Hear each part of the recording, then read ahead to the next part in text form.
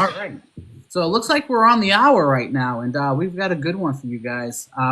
Today is our Valentine's Day show, and if you guys remember last year, we had a couple of couples up here, just as far as like how partners can support people's bariatric journeys. We had Dano and Jillian up here, and we had Megan and Thomas. It was a great time. We had a blast. But this year we have two well-known people in the community that I really don't think they need too much of an introduction. But we have Jason and Sarah Smith tonight. So we're excited. I got to meet Jason and Sarah in person at retreat. So that was like, one of my highlights when I got to go there, because it was my first time meeting Jason. It was my first time meeting Sarah too, and sweetheart of a person. Really glad I got a chance to meet her as well. And we are basically we're just going to go through, talk how they met and how they support each other in their bariatric journeys, and just get to kind of know them on a deeper level and how their bariatric journeys are intertwined. But we're going to get ready to get them up here. But don't forget just a couple more things. Obviously, we are live on TikTok now for, until at least the duration of this ban extension goes on. So keep an eye out for us every Taco Tuesday at 8 p.m. Eastern, 7 p.m. Central, 6 p.m. Mountain, 5 p.m. Pacific. Don't forget our sister chat, Talk Bari to Me, is live every Sunday night. Obviously, those same times. Shar is actually live right now. She is doing the JBY vote-a-thon. So you guys can flip back and forth if you want. Obviously, there's a lot going on in the community, and I have to show a little bit of love over there to Shar and what she has going on for supporting the community. So if you guys want to flip back and forth, be my guest. If not, this is where you want to be, because we got a really good live tonight. And don't forget, following this live, right after this live too, we do have our men's mental health shop talk with Corey Jackson. Link is in the bio. So that's another one thing that we got going on right after this. Yeah, Ryan is in session right now, but he will be available at 9 p.m. Eastern for us. So, and Rab is out. He's basically snow. Yes, he is ice skating with his car on his way home from work. So he's gonna try to make it to the live. We'll see. But Rab, if you're listening, drive safe. Don't rush. we got you. We got two Tide men up here. It's okay. Exactly. And if you do show up, just make sure you're wearing a shirt and tie, and make sure you got your scally cap. All right, so I'm just going to search for Jason right now and see if we can get them up.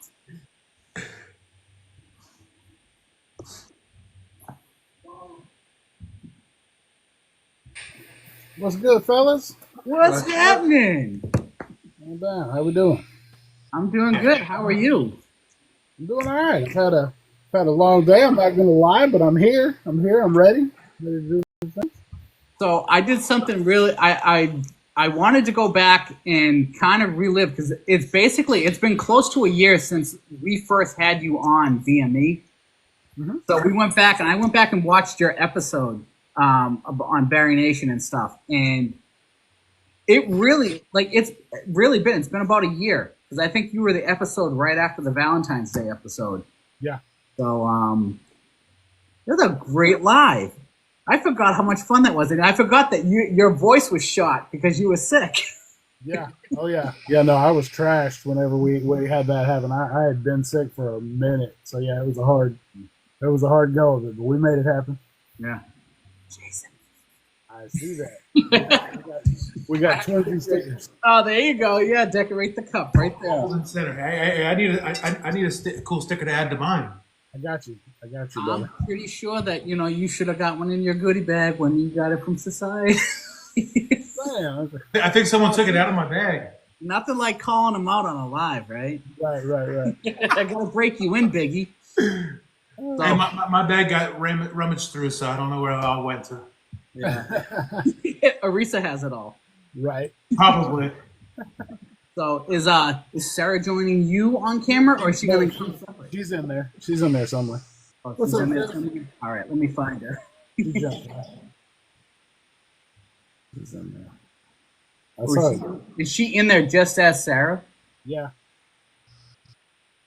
Yeah, there she is. She's in the comments. There she goes. Welcome, welcome. Hello. Hi. You gotta turn your camera on. I was like, it's only. There it goes. There it goes. She goes. We're only Yeah, we gotta cut you some slack. I don't ever go live, y'all. See, and this is why we cut you slack. A little space and peace. Yeah. She decides to come live on the important shows, and BME is an important show. So There we go. Yep. I didn't even know what I was doing. Jason's like, hey, be home at 8 because we're going live on BME. And I'm like, for what?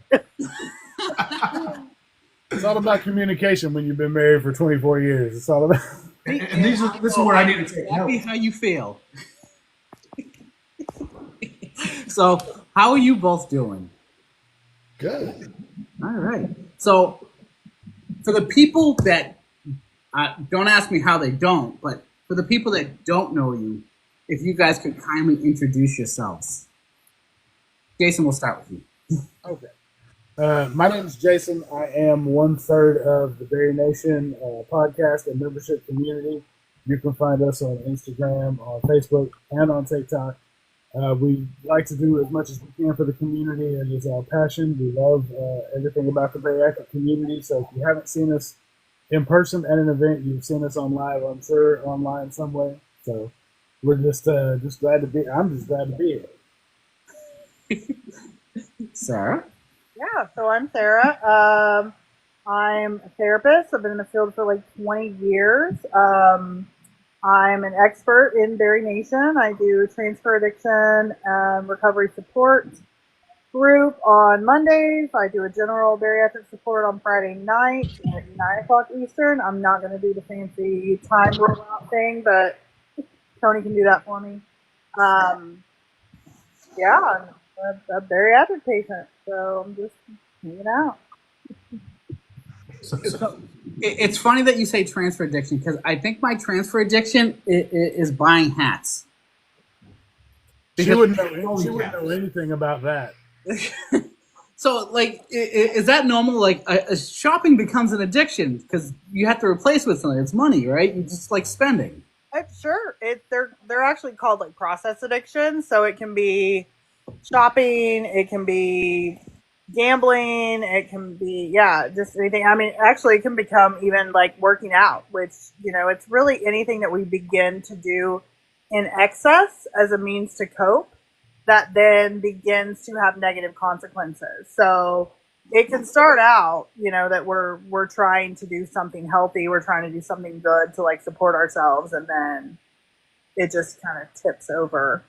Yeah, I like my hat collection is now larger than my wife's shoe collection. So. Now, why do you think people do go transfer one thing to the next and have these transfer addiction? What's the reasoning behind some of this? A lot of times you see. Well, I mean, a lot of bariatric patients were using food as that tool. And when we onboarded our tool, meaning our bariatric surgery, it really rips that coping skill away from us. And so we still have things happening in our lives that we have to deal with. And so we're going to find a substitute that releases those same or similar endorphins. And, if the little is good, a lot is great. And that's just what starts happening. So, I mean, the support group that I do in Bari Nation, I really love it. It was born out of things that I noticed going through my own support groups, like with our surgery center the first time we had surgery. And I remember just looking at Jason one day and being like, okay, a lot of these people are like my clients, but they're talking about food. And it just sort of boggled my mind because I was hearing the same sentiments, the same phrases, because I specialize in addiction, substance addiction. So like alcohol, harder drugs, things like that.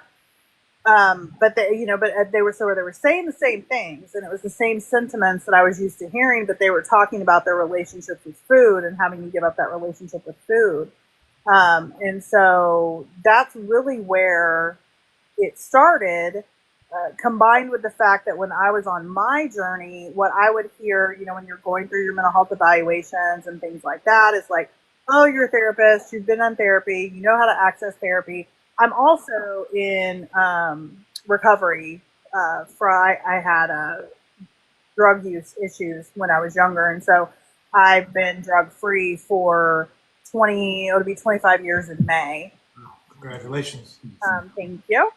But and I was very transparent about all that because I knew like the most important thing was being honest during that process. But so what I kept getting is like, oh my gosh, you're going to do great. You've done all the groundwork. Like, you've got this really strong foundation. Not worried about you. You're going to be fine. Then I had surgery. And then I was a crazy person for about 3 weeks. And I was just saying, like, I feel like I'm in recovery all over again. Like, I don't know what's going on. Jason didn't know how to deal with me. I was like emotional. I was crying. I was like, you're being so mean to me. Like, crying. I'm not, and that's normally not how I am. And so he would just say something jokingly and I would be in tears. And then once I got through all that and kind of got stable again, I was sort of just thinking and realized, like, if this was this hard for me, when all of the professionals and experts told me it's going to be smooth sailing, what's it like for people that don't have my foundation that go into this? And I think roughly, I was like 5 months post-op when Bari Nation, the membership community, was launched. And so that was one of the things I pitched, like, hey, we need this additional support. And I think I started it in like January. So maybe about 4 or 5 months after they launched the membership community. So how far apart are your surgeries, your and Jason's original surgery? We're 1 year. We're 1 year apart. 1 year and like 3 months, 2 months. Yeah. 1 year and 2 months. Yours was March 11th of 2020, and I was May 14th of 2021. So we actually have different health insurances because back then, because his job paid for his, my job paid for mine. Bariatric surgery was actually excluded from my policy. So I was doing all the stuff to have surgery. Jason was absolutely like, you don't need to do, like, you're not doing that. It's ridiculous. You're not having surgery. You could die. All those. Wait. She was trying to go to Mexico and have surgery, and this was way back in the infancy of me knowing that bariatric surgery was even a thing. And so she's like, yeah, I'm going to fly over to Tijuana and get, I was like, absolutely not. And in my mind, all I knew was, I was like, they're going to put you in somebody's back alleyway on a folding card table and cut you open, and we're not doing all that. Like, no, absolutely not. And in doing the research to talk her out of having it, I talked myself into having it in the States. So that I, but yeah, it legitimately happened that I talked myself into it. And my my insurance was like, cool, let's go, let's do this. And so she ended up having to wait until my open enrollment happened so that I could bring her onto my policy and then she could have it. So it just all coincided the way it was going to happen that she ended up having hers a year after me. So, considering that you guys obviously are a year apart with your surgeries, how would you say was the transition as far as support? Because obviously, Jason, you had your surgery first, and Sarah hadn't gone through that yet. So, like, obviously her experience was probably a little bit different than yours as far as, like, supporting one another during the journey. How would you describe the differences? I mean, for me, she was awesome for me because she did the liquid diet with me, so I wasn't doing it by myself. She made adjustments to her, to her meals and things, even after I got out of the liquid diet phase post-op, so that things were easier on me. She ate what I ate, and it just made it that much easier for me to kind of do what I was doing. And then when it was time for her to have hers, I turned and did the same thing with the liquid diet and helped her, through hers and did mine. I will say that second time was hard. was a little harder than the first time, but it worked. Like it worked really well for us to be able to do those things to help each other the way we did. because without that, I honestly don't know where I would be. Because I'm not somebody that can just sit back and watch somebody else eat if I can't. Because I freak the fuck out. Like I can't do it like that. Well, if going through a 2 week liquid, was it a 2 week liquid diet? Going through a 2 week liquid diet, if that doesn't say love, I don't know what does, because that is the most horrible thing. That I could not deal with that after surgery. After being a year, after being 14 months out and could eat again and was like rolling, doing my thing, and she's like, "Oh yeah, it's time to do this," and I was like, "Oh shit." Yeah. I think I did have to guilt him, if I remember. I was like, I did yours with you, kind of thing.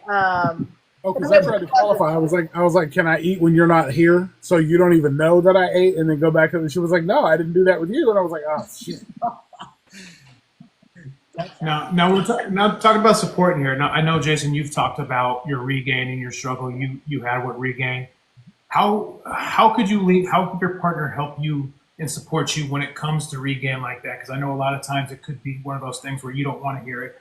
How was she able to support you, and how could they better support you when it comes to things like that? She listened, like the trend going around. She listened and she didn't judge, and that honestly was the truth. Like she listened to me, she saw the things that were happening, and she knows. Like we've been together 25 years, so she knows when to push. She knows what to say. She knows how to say it, and she was very delicate with me in that way. Like when it came time to say things, she would add things. She knew when to pull back if I was getting too amped up or getting too emotional about it, because I knew what I looked like. I knew that I was changing. I knew that things were different. I knew clothes weren't fitting the same. I was really struggling with the things I was telling myself, that I didn't deserve a second chance. I didn't deserve any help. So I wasn't going to ask for any help, because why burden somebody else with my need for help if I messed up my original chance to even, with my original surgery anyway. Those are just the things that I let myself believe for about 9 months. So she did a very good job and put up with a lot of shit out of me for 9 months. And she, honestly, I couldn't have asked for her to support me any better, because when it came time to it, she just genuinely prompted my revisional surgeon to listen to what I had to say and the things that I was telling myself. So she kind of put me into a position where I couldn't really talk my way out of it, because this is like, you guys know, like I go to every bariatric event that I can go to. Yeah. And I do my best to be there for everybody, do all the things. But the JBY Awards in DC 2 years ago was the first time that I had gone to an event that I turned around and wanted to walk out of the second I walked in, because I looked up on stage and I saw, because I was going to be presenting and there was a good chance that I was going to win an award that night, and I looked on the stage and there was no podium. So to me, I was like, oh shit, there's nowhere for me to hide. Like I'm going to have to stand here in front of all these people that know what I'm used to look like, and that I don't look like that anymore. And that's a problem. And with that, there being nowhere to hide and nothing to mask it with, I wanted to leave immediately. And it just so happened that having her there with me, being there with my surgeon and all those, I had too many commitments to turn around and walk out, thankfully, otherwise I would have. And that night legitimately led to me being where I am today, because I wouldn't have had, because I was one that said I would never have revision ever, regardless. And, that night changed the trajectory of everything. And it was thanks to her that I even was open to listening to it. Yeah. Like a 4-day turnaround. I remember, because we were there with Dr. Joe and Heather.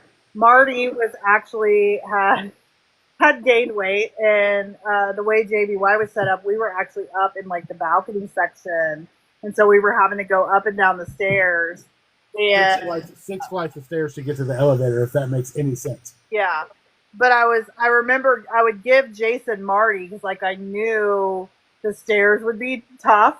We're tough, or we're getting tough, the up and down. And Marty was having a hard time with the stairs too, so it was kind of like I almost felt like kind of helped him cover a little bit. And but we were sitting with Dr. Joe, and I was just like, I knew he wasn't going to say anything, so I was just like, hey, what's this revision thing about? Like, could there be something wrong with Jason's sleeve? I said, he just can eat, like, capacity. It's not even that he's eating, poor, like he's eating poorly or he's eating off plan. But I was like, his capacity is way more than what everybody says it should be. Like, if, most people talk like, oh, I can eat, 2 ounces, 4 ounces. Like, you hear about people eating 6 ounces, and that's a lot. And, if you know Dr. Joe or you ever met Dr. Joe, he's very intellectual. And if you get him talking anything surgery related where he has to activate his brain, he's like, well, what are we talking about? And Jason starts the conversation. He said, well, like, if I order a 10-ounce steak, I can only eat a couple of bites of broccoli and maybe half the mashed potatoes after that. His face just went like, what? Because that's huge. But, like, even in that moment, he was still like minimizing that portion and that there couldn't be anything wrong other than like he was a failure. So I had to put it out there like, there may be something wrong. Like, we need to get a consult. He wasn't listening to me. So I just sort of activated the, inquiring part of Dr. Joe's mind where he would just start asking him questions. He just started asking him questions. It turned into a whole conversation. And I think we left JBY. We got home on Sunday. Tammy, the person that does his insurance, was calling him Monday morning. The pre-auth stuff was like literally within a week. So our surgery was December 12th. Like, actual surgery was December 12th. JBY was like at the end of October. Yeah. He did all his pre-op. Yeah. Monday got the pre-op. Tuesday I got the date, and 20 later we were on the table having a revision. Yeah. That I is wasn't crazy. going to have a revision, but then when he did his pre-op appointment, and I was listening to what Dr. Joe was saying to him, I was like, wait a minute, would that work for me? And he was like, yeah. And I said, but, I haven't had regain, or I just didn't ever hit my goal weight. But I was hearing him say, like, well, because Jason's surgeon in the beginning said, you're going to need a 2-step procedure. He was like, yeah, okay, yeah, that's not happening. But Dr. Joe reiterated that. And he said, actually, I'm recommending the SATI. The SATI is actually designed for people with a BMI above 50. It's probably the procedure you should have had in the beginning. Our first surgeon didn't do it. We didn't know. And I'm like, wait, my BMI was 57 in the beginning. So you mean to say I should have had that surgery? And could I have revision? Like, I don't have regain. I don't have complications. I don't have any of these things. And he was like, how tall are you? And I said 5'9". He was like, how much do you weigh? And I was like 245 or something like that. And he was like, did the math really quick. And he said, Sarah, your BMI is still 42. You qualify for surgery sitting here. Like, you don't have to have anything wrong. Yeah. And that was really, like, that key moment was really where our revision panel that we did at Retreat came from. Because, and again, it's one of those things, as immersed as we are in the bariatric community, and Jason and I didn't really know that this was an option for us. We're like, okay, this information has to get out there. Yeah, because I know, especially the DS and the SATIs and stuff, it's not a very common surgery nowadays. Because it was a surgery that I knew I probably should have had doing my own research when I first had my surgery. But finding a doctor who actually does it is far and few in between. So it is. I think it is important that we talk more about the different types of surgeries and making sure people get the surgery that is right for them in the long run. Yeah. Well, and that having a revision is not a failure. Like some people, especially those of us that started at a really high, higher weight, like I was almost 400 pounds, Jason was almost 500 pounds. Like, a lot of people that are our size need 2-step procedures. Yeah. Now, after these surgeries, like how was it? Especially because now that like you've already been through the first surgery, and now you're adjusting to another. You're adjusting to lifestyle again. what type of support and what was new about like your approach the second time around? Because obviously now you're really hyper focused on the fact of like, all right, now this is a different restriction. This is definitely like, my second chance to be like, all right, now this is a chance for me to like really pay attention to what I'm doing, because now my restriction's different and I can't eat the same things. Because I remember from our conversation last year, Jason, you were talking about just like the amount of fats you could take in, because the ESG doesn't quite have that. Depending on the person, the restriction isn't there for like, oh, if I eat a lot of fatty foods, it's not going to bother me. But you had said that it really messed with your stomach the second time around. Yeah, it with my sleeve, I didn't have any food aversions at all, except for when I was freshly post-op. I was having issues with like lettuce and yogurt and stuff like that, but it just took a while for my sleeve to kind of be able to take it in. But yeah, post-op Sadie, that's a whole different ballgame.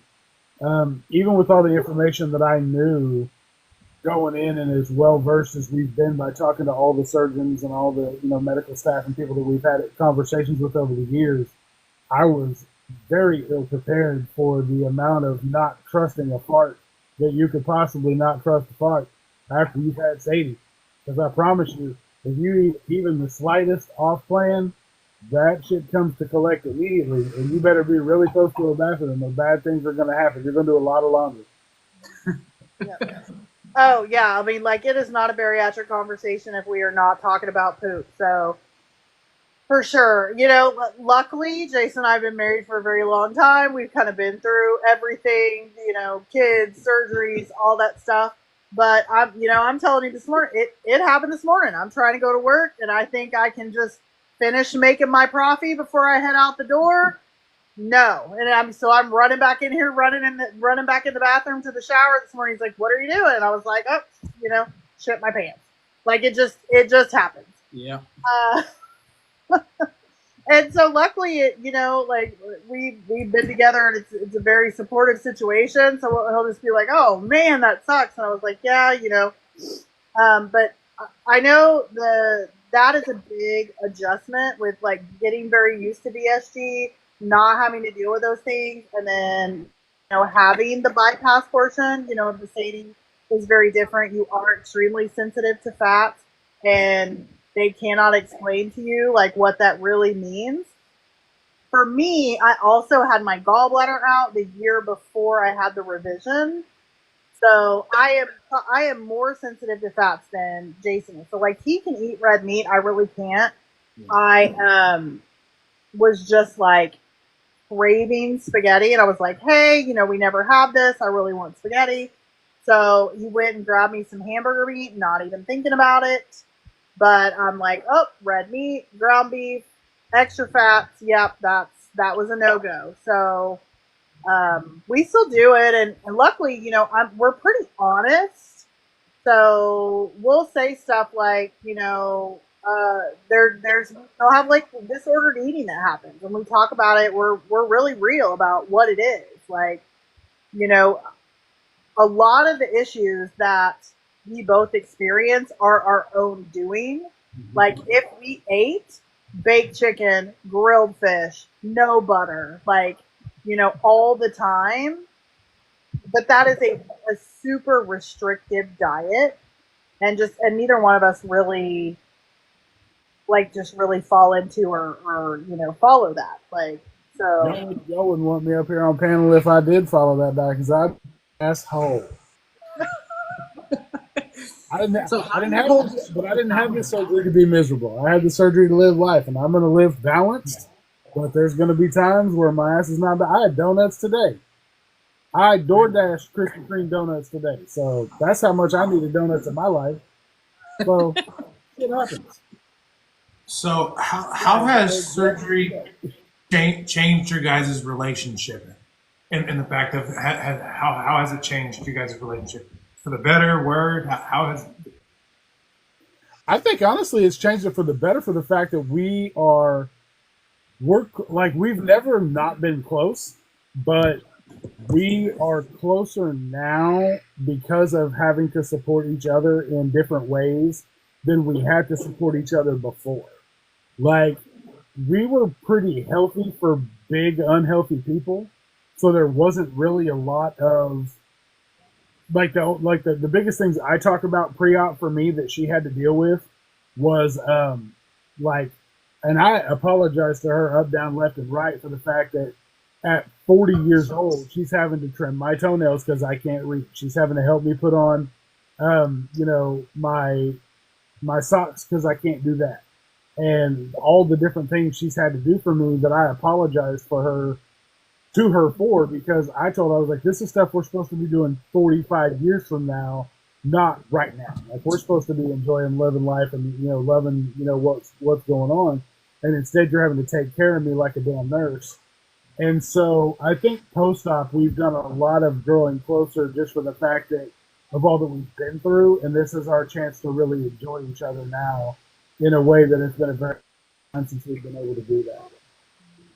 So the dynamic with your relationship, and Jason, I know you've touched on this like in bits and pieces here and there, but obviously you're a presence in the community. You're well known. People recognize you in the community. Like, how did that dynamic change? Becoming more visible to more people. The bodies are changing at the same time. You attract a lot of attention from a lot of people, and it depends on that type of attention. Whether it's people saying, "Oh my God, it's Jason Smith." "Oh my God, it's Sarah." Like, how did that dynamic change for you guys, and how did you guys learn to like accept it? Because obviously, I'm going through it now myself, of just like my wife experiencing like just going to like different retreats and just the amount of attention I get from people when I interact with everyone. How did that change for you guys? I think for us, I've always joked with Jason. So Jason has always had an active presence on social media, primarily Facebook, with people that we knew, people that he went to high school with. So he had a pretty big Facebook following. I mean, not like strangers, but probably like roughly. If he went to a large high school, so he had roughly like 1,000 people that he went to high school with that actively followed him and interacted with him on Facebook. And so I've always referred to it as his Facebook fan club. And he's got like a podcast, like a sports podcast, and they did like a men's talk Monday thing. Him and a buddy of his before surgery. And then he would do stuff like going live. So he'd be like, Facebook friends and family, and he would go live with stuff and go. We had Hurricane Watch after we moved to Florida. That was a thing that people would ask, like, what's happening? And he would go down to the beach and go live and stuff like that. So he's always kind of had people, that send him messages and talk to him and everything like that. I do a lot of presentations and stuff in my day job, like in my career. And so we did talk a lot. It sort of flipped because we're going in public, and now we're going to things, and he's the one that he's like the famous one. He's the expert. He's the one people are wanting to talk to. We argue about this, so he can shake his head now. Because he says everybody thinks he's cool until they meet me. But yeah, it doesn't, but it wasn't ever like an issue, like a jealousy issue or anything like that. It's really just kind of what he does. It's just been like it's expanded, so now he talks to more people, but he's always done that. But I think also, and depending on if you've listened to us on the Bari Nation podcast or not at all, but he talks about it, and when we got together, it was really hard for him to accept how I am and view things, because I'm different, I guess. I'm built different. But I was very clear at the beginning that I do not I'm not ever going to be in a situation where it's forced. And so if you ever don't want to be with me, like, that's fine, move around, do not cheat, I do not accept that, period, the end. Also, I need you to understand, I am never going to be with you because I need you. I do not need you in my life. I can move on, I can be fine, I can figure it out. I am with you because I want to be with you. And so, like, if that ever changes, this will cease to exist. he had a really hard time with that at first because, everybody thinks they need to be needed. You don't. But I think once he's figured it out, that's really been that's the deal. And so, we're still together, so we're good. If it's not good, we won't be here. And so, we don't have a lot of time for that. Who are you talking to? Who's in your DMs? We don't have time to check and balance each other in that stuff. When we first started dating, and we would go out and to bars and stuff, and he thought he had to run around and keep all these guys from hitting on me until he came up behind me one time and I didn't know he was there, and he heard me shut somebody down that was hitting on me, and he was like, "Oh, he's got this. Never mind. I'm gonna be over there. Go sit down." But yeah, so we've never really run into any of those type issues in the community. I do think it's more fun. Not that it's a problem, but I mean, it has been more fun. Jason is way more social than I am, even though I am doing a lot of the talking part. I am a talker, but he actually gets energized from being around and interacting with people. I am going to be exhausted when we're done with this live. He's going to jump on the next thing with y'all and keep going. This is just the teaser to get him warmed up. I think he just came out of some podcast recording or something right before this. The struggle bus. Oh yeah. And a meeting before that. So I'm going on 3 hours now. Yeah. So the more people, that's the biggest difference between us, and where we kind of had to learn how to move with each other is he gets scared and it's more, and then I get tired and I'm like, okay, I'm done. I'm going to go. Yeah, I think Jason, I got a quick question for you. What's up? How did you two meet? So in 1998, end of 8, starting of 9, we both worked at the mall. So she worked at Claire's, everybody's favorite costume jewelry store, and I worked at Pacific Somewhere across the hallway. And it was Christmas time at the mall, and she had run out of pennies at her store, and she came across to get pennies, and that is how we initially met the first time. And my cousin worked at the store with me, and so he would always keep an eye out for her to tell me she was coming, so I could be just casually up at the front of the store doing something, so I could catch her on the walk by. And so he would his call to me would always be sexual chocolates coming. So I would have to go to the front of the store so that I could be doing something, so that I could be like, "Oh, hey, girl, hey." So, yeah, 25 years later, here we are.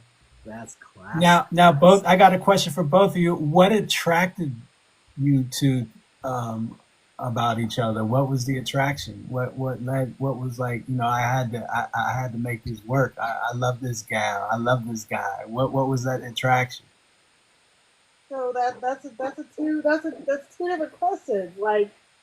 What was the the attraction? So you got to remember we were in our early 20s when we met. So and Jason was hot. He was like a mall guy in the 90s. So anybody that's old, you have to think about the people that worked in the mall in the 90s, what we looked like. But you know what? Since you did sexual chocolate thing, I'm just going to throw it out there. So I have an obsession with Mark Wahlberg. I just do. I'm a fan. He's it. But anyway, That's her hall pass. if you know, I have an obsession with Mark Wahlberg because of his shoulders. I know it was the abs for everybody else and the Calvin Klein ads, all that. Yep, I'm not the one. It was the shoulder thing. So, Jason, you want to show him? You want to show him? My traps. Yeah, you can't see them in the shirt. But yeah. Oh, yeah. But yeah, so he has these it always has, he's working on them again now, back in the gym and all that.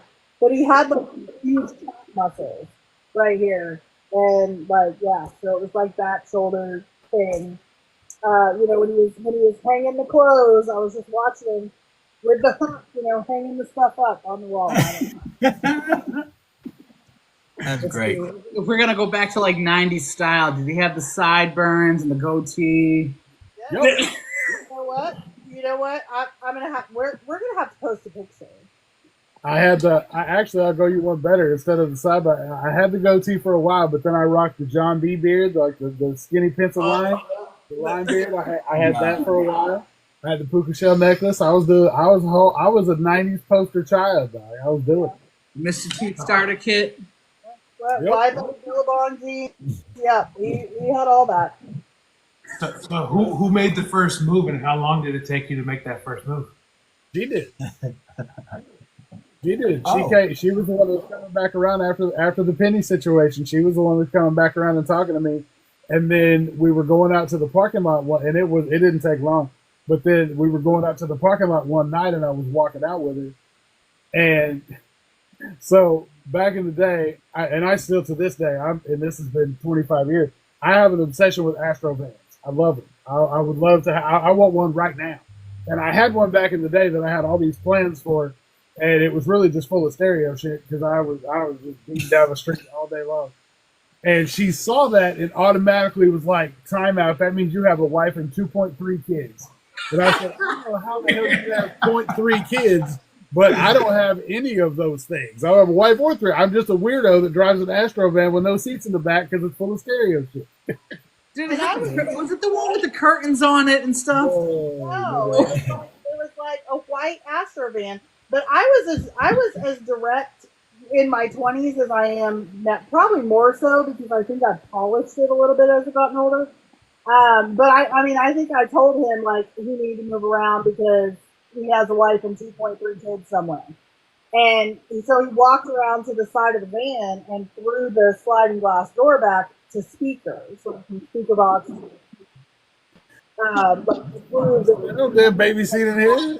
12 There were subwoofers. no children that could fit in there anywhere. But yeah, and then I think it took a long time for us to officially like even really start talking. It was like we would talk to each other because we worked across the hall, like we met. It was kind of like a flirty, cutesy thing.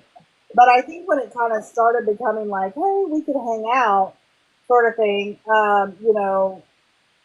I remember one day we just happened to be parking at the same time, and I was listening to DMX, Flesh of My Flesh, Blood of My Blood, and he was like, "What?"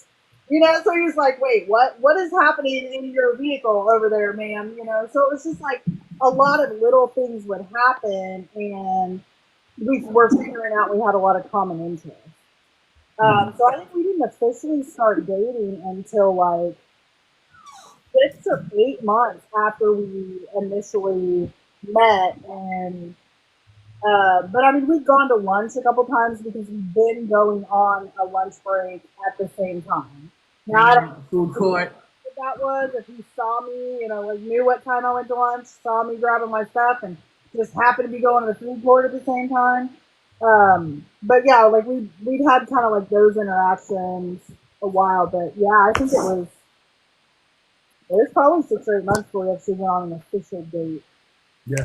I was dating people. We would also hear about my horrible dates with other people, that I had when we'd meet up for lunch. So I remember one of the times we went out to lunch. I don't know why I'm telling you. One of the times we went out to lunch, I had a lunch date with somebody else, and he was late. And so I called, and his grandmother answered the phone and told me he had decided to go back to his wife that I did not know existed. I did not know a wife existed. Yeah. He had decided to go back with his wife. And so I was just like, Jason just happened to be coming out. And I was like, telling him what happened. Craziest thing. I was mad. And I was like, well, I guess, I'm eating lunch by myself or whatever. And he was like, well, I'm going to lunch. Let's go. So we went together. Ended up going to McDonald's or something. It wasn't anything, fancy. But yeah. This is crazy stuff. Yeah, no, I had a long list of what not to do's, so I was able to keep all that mental note of all those things, so I could swoop in. Yeah.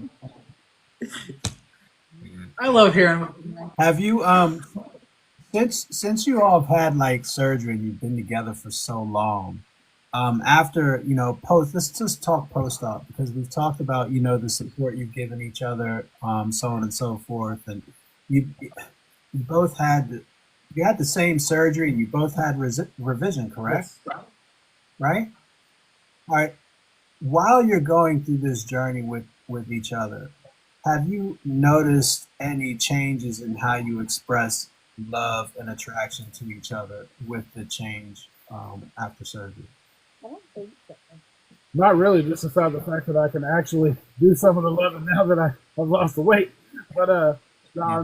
honestly, Yeah. because there was a time I was I was just physically unable, just the mechanics just it wasn't there. Yeah. But no, honestly, she can attest to the fact that I've loved her at any size. Like she's been my jam from beginning to end. It didn't matter. So, and she says that even now to this day because I'll say something. She'll be like, you love me at 400 pounds just like you love me down." I'm like, damn right. Like that's what it is. Like I never saw it. Like to me, I just kind of, it just kind of she was her and I was me, and that's just how it was. Like it never was a thing where I was just like, oh, well.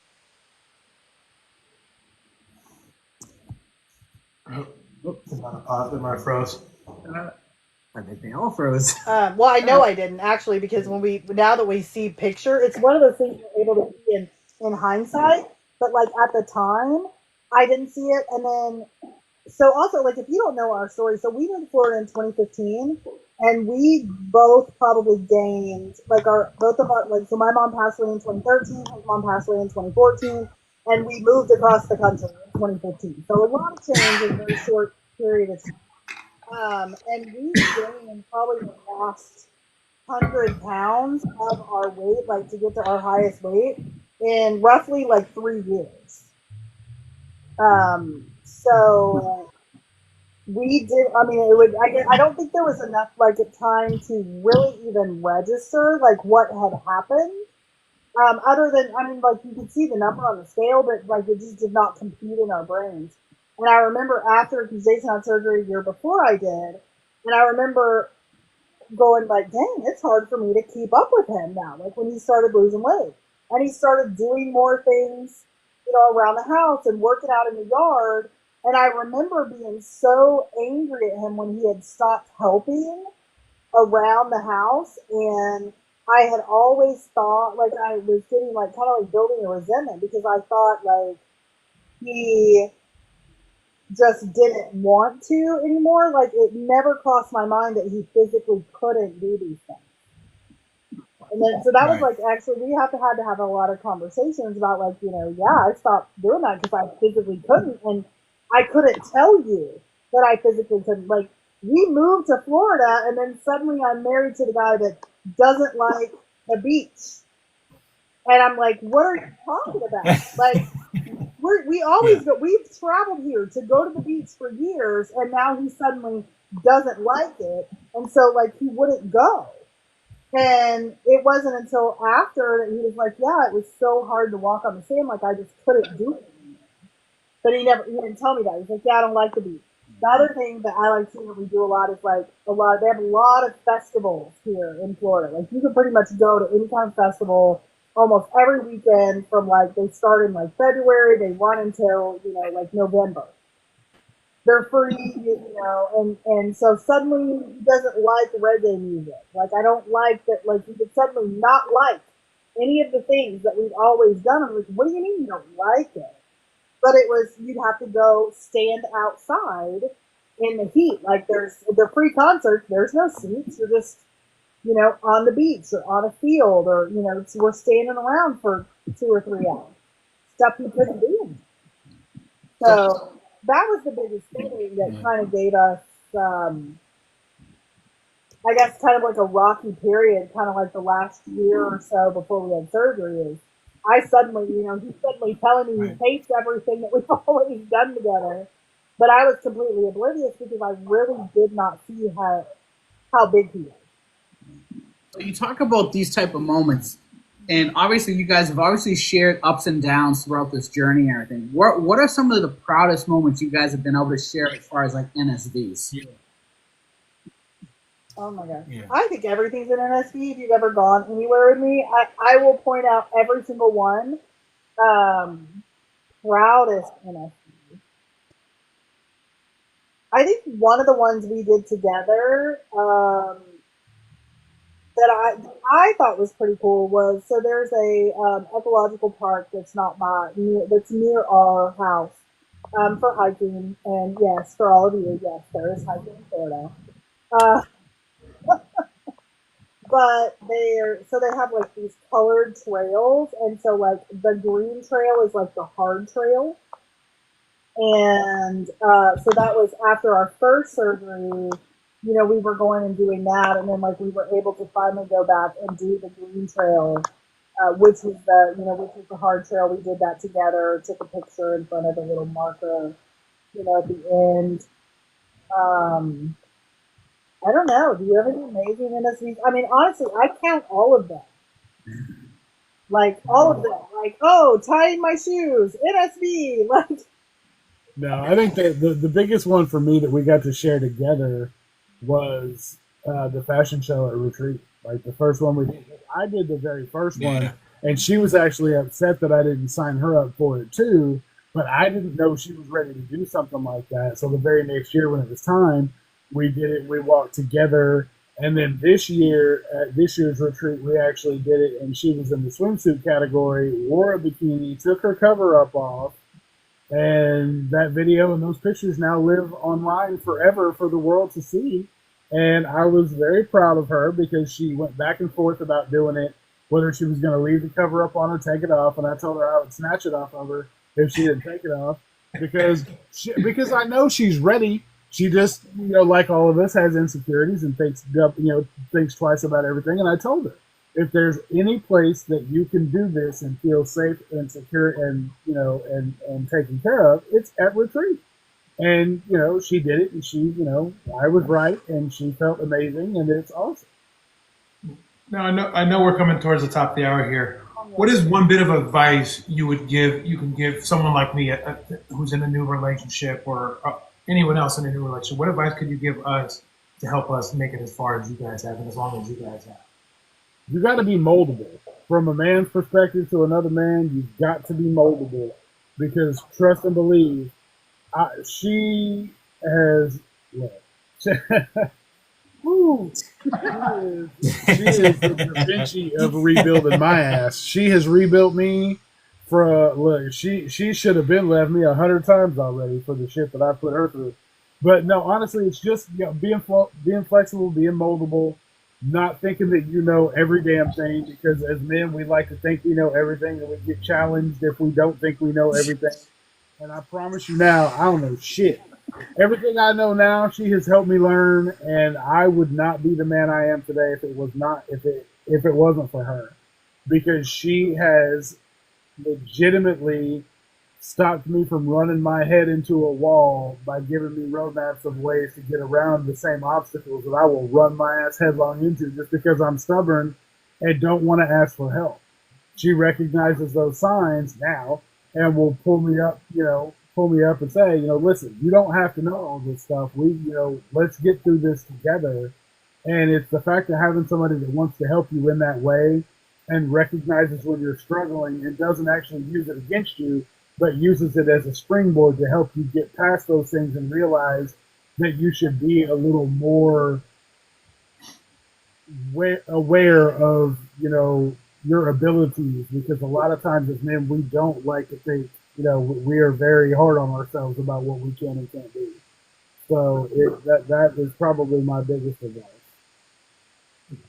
I think I would say and tell all of y'all, men, have those hard conversations, talk about the feelings, like, really allow yourself to be vulnerable with that. But because honestly, if you're in that relationship and you really want to be there for the long haul, like, allow yourself to be vulnerable around that person. That is actually your strength.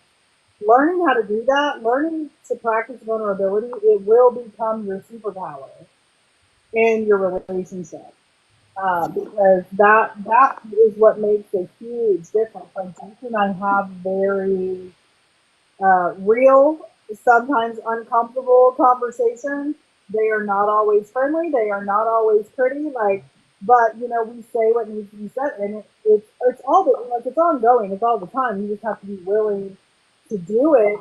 Like this weekend we had words because I said something. I was kind of talking to myself. Our son did something stupid, and he was trying to get Jason. But something happened to the truck. He was trying to get Jason to order in parts or whatever. And Jason's asking him like, "Well, if you can't see past the firewall for this hose, like, how do you know that that's the problem or whatever?" He's kind of like, and so I just kind of said in the background like, "You think you need to know if it was actually broken before you bought it." Before you bought something. Like, stop trying to spend money. I'm really talking to myself, but I'm talking about my son. But he chose to take that personally and say, like, well, can't I even do anything? Why are you trying to tell me that I'm doing it wrong and that your way is the only right way? Jason tells himself a lot of things in his head. I don't know if that's just a guy thing in general, but he does. And I can say something and he hears it completely differently than what I said or how I intended it. And then he adds all these things that never came out of my mouth. And so like now at this point, like I'll call him out on that. And it's a hard conversation. I was like, first of all, sir, that is not, number one, I was not talking to you. Number two, I was talking about Jordan, not you. And, number three, I didn't say anything was right or wrong. Go ahead and do it your way or whatever. Because I think the other thing I said where he got mad was telling him, "We don't have to go out to breakfast. You can go help him." And I said, "I'm not telling you not to do that. I'm telling you, I know you will tell him no because I want to go out to breakfast and you will sacrifice other things to keep me happy. And I'm letting you know that breakfast is not a deal breaker moment for me. I'm not telling you what to do." But we do have to, have those like, stop everything, line in the sand, hang on, we're going to hash this out because this is not going to be how this day is going to go. Like, so, not being afraid to stop and have those, they're confrontational, but I call them carefrontation because it's coming from a place of love. It's coming from a place of let's stop this right now. Let's resolve this before it turns into something else. But it's really hard to get comfortable doing that. So you kind of may have to psych yourself up and just be like, hey, this relationship's worth it. I never wanted to end over something that's stupid. So I'm gonna, take a deep breath and say the hard thing so we can start the dialogue and start the conversation. It took us having to learn to fight fair and not do and it took us a while. Like it was rough. Like we both had our fair share of missteps when it came to learning that, but it was the most valuable thing we could have learned because when we argue about something, we're arguing about that one thing and that one thing only. We're not talking about what happened 2 weeks ago. We're not talking about what your sister said. We're not talking about what your dad said. None of that bullshit. It's about right now. It's about what happened. We're going to get to the meat of what it is. What caused you to be upset? What caused me to be upset? How can we move past it? What can make it better for the next time? And then you just move through it. If you want to talk about what happened 2 weeks ago, that's a completely separate situation where we're going to have that conversation a different time. And it can be right after this conversation, but for right now, deal with X, Y, and Z. Yeah, and I think there's a lot of like. So before Tony close. What happened? Go ahead, sir. Oh, I was gonna say you can take time out. Like if it's getting heated, just be like time out. Like I need a minute. I'm. But the biggest part of that is like reassuring the person I'm coming back. Like I just need a minute, but I'm coming back. I just need to stop talking. I need to go. I need to go walk around the block. Like give me 15 minutes. Whatever it is. But it's that key piece of being like, I'm not walking out, I'm walking away, and I will be back. That can give the other person just that much assurance that they're important. It's still valuable, or the issue is still valued, but you need a break, or they need a break, or whatever. The break needs to happen. Yeah. So before Tony closes out, I got one question for you. The last one. With one word, describe your partner's transformation. One word. I'm gonna go first and say remarkable. I'm going to say inspirational. You guys, I love it. So I actually have one question left, and this is only because this is my fondest memory of Alive. That I think, as far as like the interaction, will you both ever be opening an alligator wrestling farm in your backyard? No. Absolutely not. Okay, so it's so funny. We were just talking about this the other day with the alligators in the yard, and so the alligator scenario, as you know, if you watch the live with Jason and who was affectionately on and named him Muffin, the alligator that was in our backyard. This alligator story really sums up like us and the differences, but why it's okay and we kind of work together. So the alligator is discovered in the backyard. Our chihuahua is trying to attack it. A chihuahua and an alligator, yeah. So, you know, we're getting the dog in. I grab my cell phone. Jason grabs his cell phone. I look up the number for like the wildlife animal control. First of all, I read all the rules to say, so I know the things to say to make sure the wildlife person gets dispatched to our house to get the alligator. I make the call, I do all the things, I go back outside because I'm like, why is this man outside with an alligator? I go back outside to say, babe, the people said you have to stay in the house, leave it alone, they're coming. He's on TikTok Live. Yeah, he was. I was watching. Perfect. And my answer to her was, those people don't pay my bills. I don't give a shit what they say. I'm out here live on TikTok. Yeah, everybody wants to see the. No, this way it says to me. Everybody wants to see Muffin. You know, Yeah. I think I would want to see Muffin. dude, I've been talking to the wildlife control hotline. I've read all of the state requirements to make sure they come remove it, because if it's not at least 4 feet long, they won't come get it, and all this Really? stuff. So, you know, I had to say it was a little bit bigger than it actually was. It was really only about 3 feet long, but I said 4.5 feet, and I took a picture and, you know, sent it or whatever. But yeah, so that's kind of how we approach life differently, but it seems to work. I completely ignored my job responsibilities and watched that whole live. It was great. I love that one. That's why y'all love Jason. Yes, exactly. He shows us alligators. That's I right. was really hoping he'd tackle him. I know. Start wrestling it. There was a lot of talk about wrestling alligators during that live. There was. Like this gator, so it's really laughable for Florida people. I just love that the rest of y'all were not here in Florida to, you know, make fun of us. But they get like he did duct tape his like face up or mouth up or whatever, so he wouldn't bite anybody. But it's small that he literally like just throws him up on his shoulder and carries him out through our house. Like he brings him in the house and takes him out the side door through the garage. Now, did you ask for pictures with it, Jason, before they took it away? I did not. I did not get it. I've got one picture of it that was in my yard, and that was it.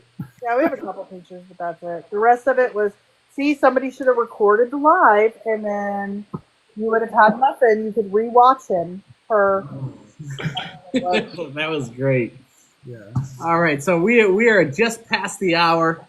We just want to say thank you very much for joining us tonight. What a great conversation. This was special for us because obviously this is something different. We don't usually have couples up on here, and you guys have some great perspective.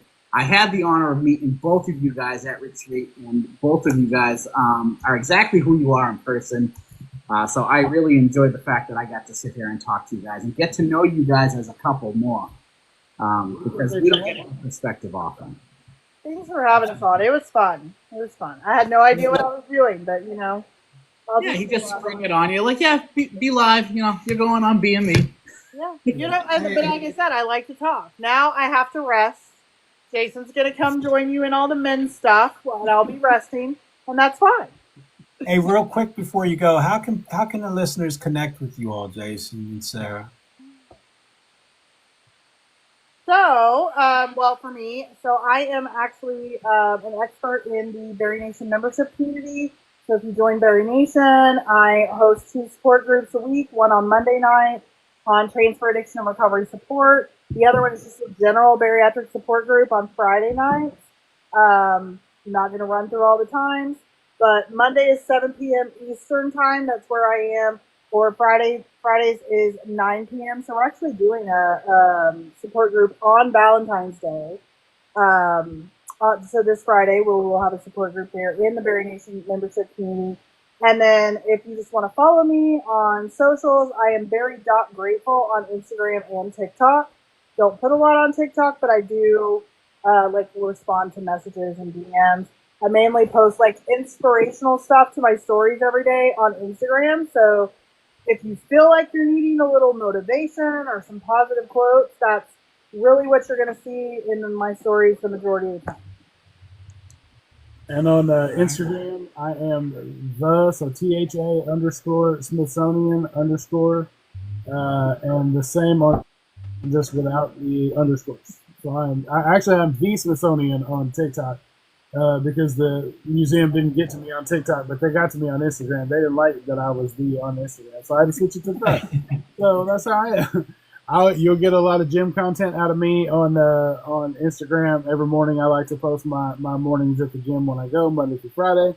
And also in the Bari Nation community. So if you go to barination.mn.co, you can join the Bari Nation community. I'll be doing we do struggle bus in there 2 times a month, and I lead 2 support groups a week. I do Space and Grace on Wednesday evenings, and Space and Grace on Saturday mornings. So. But there's also a men's group that you're coming up with here shortly, right? Yeah, we're doing a men's round. So the Bari Nation podcast exists on all podcast players and on YouTube as well, if you like video form of podcasts. And I had just started a men's roundtable podcast that I'll be getting around to having more men on. I've had 1 episode recorded so far that will drop in the next few weeks. I don't really have a date on that yet, but it's coming. And I'll be soliciting all of you all to come on it at one point in time or another, just getting all my ducks in a row. So, but yeah, no, it's a good time. Like I love being able to do podcasts and reach the people. Drew, we are not going to be able to go to JBY. We apologize for that. We have scheduling conflicts. We are going to be busy pretty much all summer. It looks like we're going to be running and gunning. So, but we are doing a meetup in Dallas. I heard the boys talking about it. We're doing a meetup in Dallas March 8th. The details are dropping on that in the morning. So I will have all that information and the graphics and stuff to share out across Bari Nation and across my personal Instagram and TikTok. So trying to get as many people from the Dallas and close Texas and Oklahoma area there as we can, because it's going to be a good time. Yeah, Nice. it sure will. It sure will. So the place that they're holding the meetup it has a heated pool, so it's 88 degrees all year long. So if you guys know me, I absolutely hate the cold. I was miserable through the month of January because it was cold here. So yes, definitely swimsuits. We're going to be in the pool. It's going to be warm. If you're in Dallas, near Dallas, around Dallas, come hang out with us. I'm sorry. I would love to go to JBY. We've actually been to every JBY. This is the first one that we're missing, and I'm really sad. But we have always used my points. So I normally travel a lot for work. We normally use my hotel points and our flight credits and everything. Is how we've been able to go to JBY because we didn't necessarily have sponsors for that. And this year I didn't travel a lot, so we don't have enough points to go. So we're sad. It'll be the first one they're missing. We were going to drive, but it's like 13 hours. I did not realize St. Louis was that far away from us. But I hope you guys all have fun. I know it's going to be fun. We've been to everyone. They're always super fun. Yes, we will miss you guys too. So. Jason, shout out what you're nominated for. I am nominated for Male Transformation and also for Bari Advocate. All That right. just means you guys need to host a live party to watch while watching the live. So when Jason wins one of those awards, you guys can celebrate still. Let's That's hope. I got stiff competition for the transformation. I'm going against Jamie, which is breaking free from 715, and yeah, his transformation is absolutely phenomenal. So It is. Well, and I will tell you guys too, just since we're here and I do have this platform, Jason will never ask anyone to vote for him ever. So the only people that know that he was even nominated are like the people that have seen the nominations and know him. So if you pay attention to any of the socials or any of the stories, he has not even put out there that he's been nominated. But I will say he is really, really hoping to get the Geriatric Advocate Award because that is something that is near and dear to his heart. Y'all know Yeah. he lives that every single day. So I'm just going to rely on you guys watching and y'all that are his friends to help spread the word that he has been nominated because he will not do it himself. That's right. you're the best. We appreciate you Very much. But yes, so JBY, definitely, if you haven't voted yet, make sure you go in there, vote. Jason Smith is in there for male transformation and for bariatric advocate.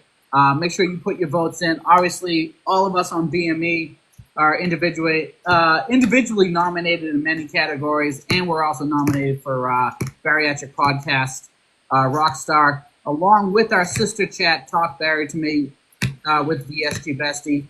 You can catch both of our shows. She is live on Sundays at 8 p.m. Eastern, 7 p.m. Central, 6 p.m. Mountain, 5 p.m. Pacific. The boys are live every Taco Tuesday at 8 p.m. Eastern, 7 p.m. Central, 6 p.m. Mountain, 5 p.m. Pacific. That was a mouthful. There we go. But Now you see why I didn't do it earlier. Whenever I'm like this time, and Tony can fill in the blanks. yeah, I should just say same bad time, same bad channel. That works for me. Yeah, there you go. But then you're dating yourself, and everybody will know you're also as old as we are. It's okay. I've come to terms with that. This bottom row right here is like geriatric, bariatric. So Hey, don't worry. A couple more years, Jason can go for the Ageless Wonder Award. Yeah. I sure can. Hey, don't do that. That was a low blow. That was a really low blow. I'm putting myself in the same category. Right? You are actually in like the over 50 nomination category. I was like, oh my gosh, how did people find out how old Rob is? But yeah. Tony, it's all his fault. Tony's fault. Hey, Team Biggie, you got peace. So in as the late great Don Cornelius always said, Peace. there you go, Tony. Love. And so, y'all, thanks for coming to hang out with us. Thank you, guys. Bye, everybody. Thank you, guys. Thank you.